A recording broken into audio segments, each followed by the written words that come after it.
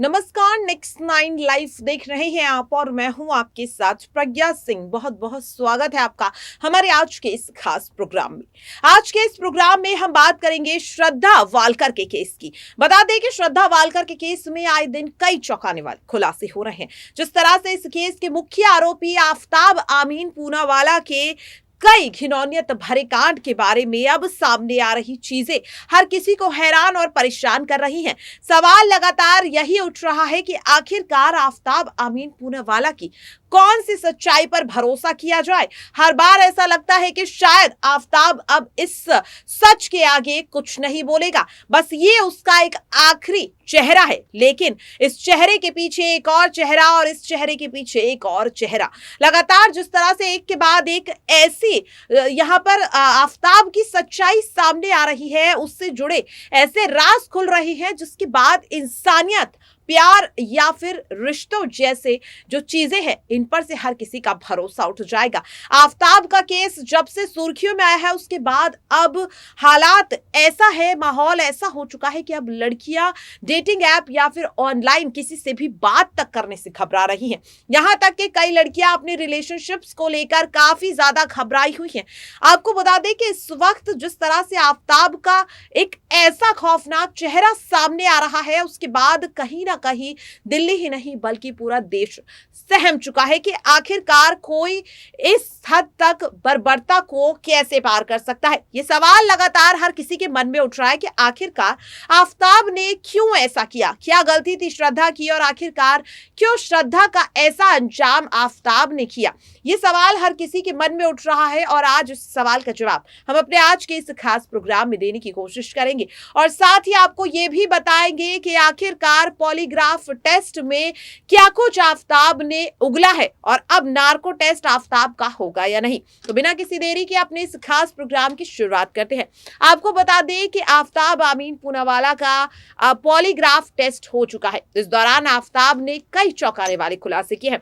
आफताब का साफ तौर पर कहना है कि उसने श्रद्धा के साथ जो कुछ भी किया इसके लिए उसे कोई पछतावा नहीं है। उसने श्रद्धा की जिस तरह से जान ली वो उसने पूरी तरह से सोच समझकर और पूरे होश व हवास में ली है।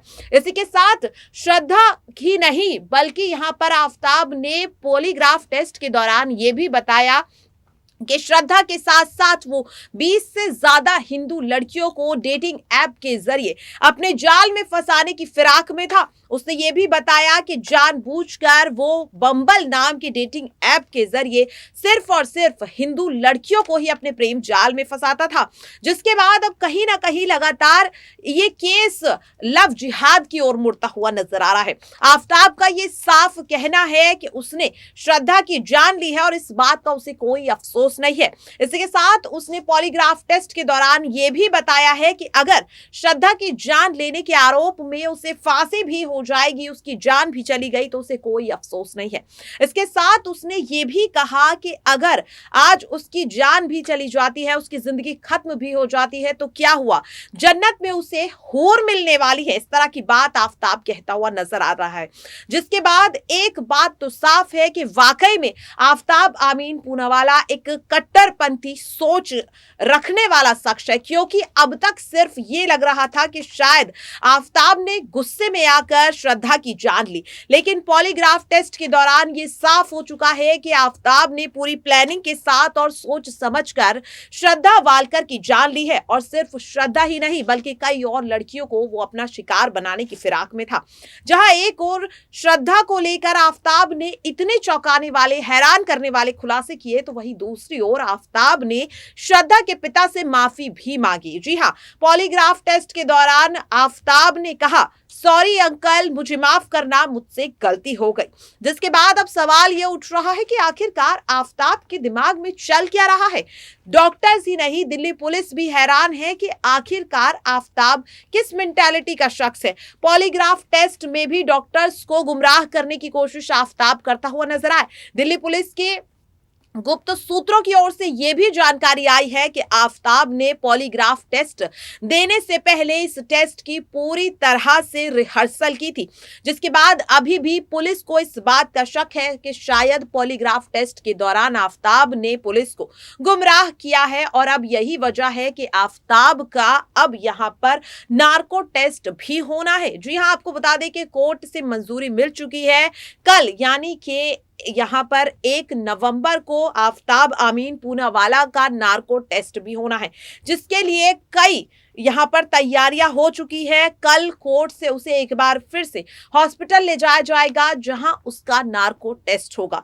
लेकिन अब सवाल यह उठ रहा है कि क्या नार्को टेस्ट में भी आफताब सच बताएगा?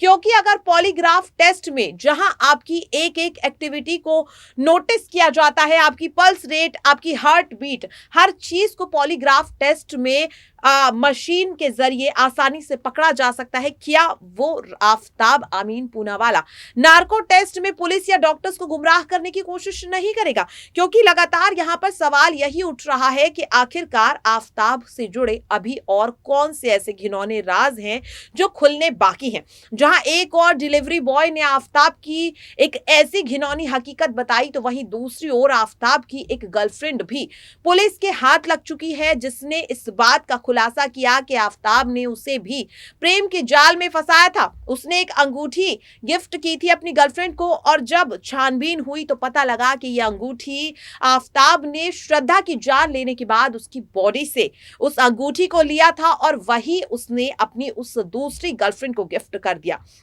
यहां पर पुलिस को इस बात का भी शक है कि आफताब ने सिर्फ अकेले श्रद्धा की जान नहीं ली है, बल्कि कोई और भी उसके साथ इस पूरी साजिश में शामिल है। और अब पुलिस दिल्ली ही नहीं बल्कि महाराष्ट्र में भी उस शख्स की तलाश कर रही है।